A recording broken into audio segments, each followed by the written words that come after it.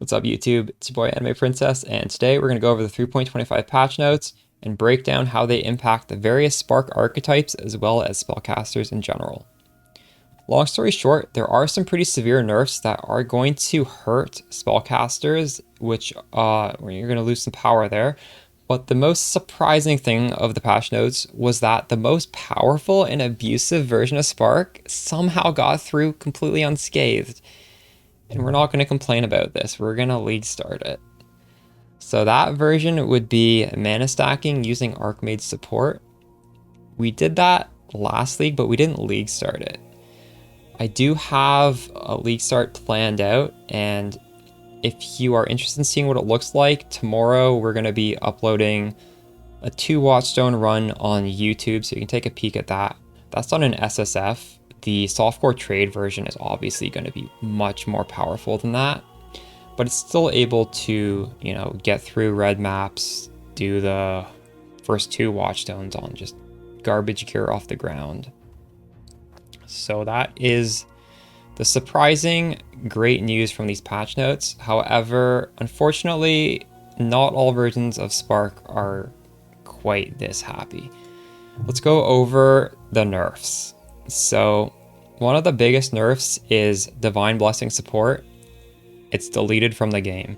If you didn't know what this did, it basically gave a lot of spellcasters a free 50% aura, which is a lot of damage. And actually, the build we did this league, the Widowhill Spark, that relied on the Divine Blessing support to get us damage. A lot of aura stackers, as well as generic spellcasters, particularly the ones using Eldritch Battery for their mana pool, are going to be missing the Divine Blessing support. As for Archmage mana stackers, they dodged a bullet here because they use Eternal Blessing support instead of Divine Blessing support, and that variant did not get a nerf. The next nerf that affects some variants of Spark is the Hatred nerf. Hatred no longer has a component that lets us deal more cold damage. Now it's used strictly for fizz spells to gain extra cold damage. So obviously the Spark variations that use Call of the Brotherhood with the Hatred aura, that Hatred aura is not going to do anything for you anymore. So those last 2 changes are probably going to have the biggest impact on the various different Spark archetypes, but now I want to go into some more generic changes that will have an impact as well on Archmage Spark, because when I say Archmage Spark is getting through completely unscathed, I just mean in terms of relative power. Obviously, with a huge meta shakeup, everything is going to be impacted in some way or other. The first thing is the nerf to Fizz Taken As. As far as I'm aware, you just simply cannot get this on rare gear anymore. You can't get it on Taste of Hate. It is a much harder modifier to get. You can't even get it on Watcher's Eyes, actually. So to compensate for this, we're actually probably going to use Lightning Coil as an early body armor on the Archmage Spark, even though there isn't synergy with mana specifically. It's just that strong defensively. So yeah, that's how we're going to adjust for Fizz Taken As getting removed. The next nerf is to Determination, which lost half of its flat armor. Now, in the end game, this is going to be compensated with the increase in flat armor from gear pieces. However, going through the campaign, you probably aren't going to have access to this extra armor on the gear, especially on Spark, since you have mostly blue gems, which are going to require energy shield bases. So this will be a nerf through the campaign. I still advise using Determination if you are not an advanced player, because unless you get hit by a lot of monsters and you're just like running through so many monsters, it's still going to be the best aura. However, you do have the option to use something like Haste if you want. You could try that out, maybe level both of them. It's not going to really matter in the late game, because once we get Lightning Coil pretty early on, we're not going to want to use Determination as well. We're going to want to use the damage aura there. Another nerf is Call to Arms. This past league, it was quite meta to use Call to Arms with Enduring Cry to just get a large burst of life regen every once in a while. And now I don't think most players are going to do this. because it reserves 15% of mana to use Call to Arms, and Enduring Cry has been changed, so you need to kind of be surrounded by enemies to get that life regen.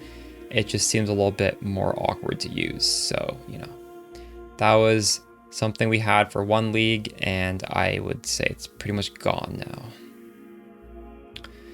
As for leveling skill gems, Frost Bomb has been nerfed. It has a little bit less damage.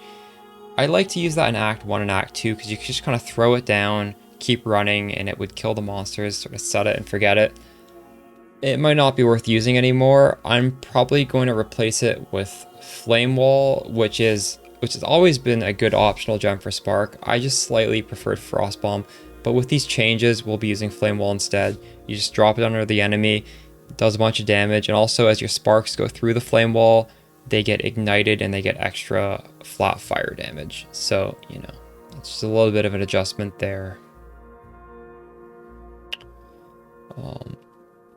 Now, the one significant nerf to Archmage mana stacking is they killed the Ravenous Passion unique helmet, which was a way to get rage for Berserk, and it also converted that rage to give us cast speed and spell damage. So that's gone. It's a little bit unfortunate, but that was a pretty expensive end game helmet. It's not going to affect us in the early game. And once we get to the end game, you know, we might just value a high armor base, very defensive helmet instead. So it's sort of like a trade-off, a little bit less damage and more defense, as well as, you know, more options to fit in resistances and stuff. So, you know, that's a sad change, but I don't really think it's going to make a big deal in the grand scheme of things. And we're also going to be getting, you know, new crafting options. So, you know, that's going to be nice for crafting a rare helmet. I'm not too worried about that change. As for late game skill gems, Inspiration Sport got a nerf. Your mana is still going to be fine if you use it though. It's not the end of the world. We do have a lot of mana regen. You can get recoup. There's a lot of ways to deal with slightly higher mana costs. Their increased duration support got a buff. I don't know if this is too relevant for Archmage Spark. Increasing skill effect duration is nice, but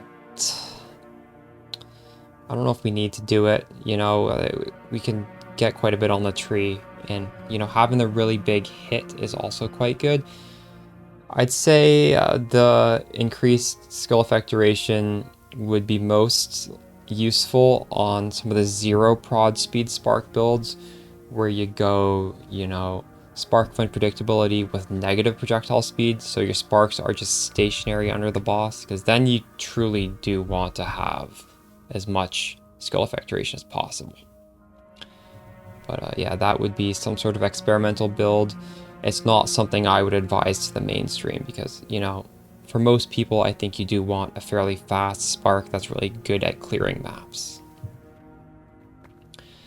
All right, well, that wraps up this video. I'm sure there are some things that are going to affect Spark that I have missed because it was an extremely long patch note, but these were the things that stuck out the most. Hope you enjoyed the video, and you can look forward to some Archmage Mana Stacker Spark content leading up to 3.25's release in 8 days.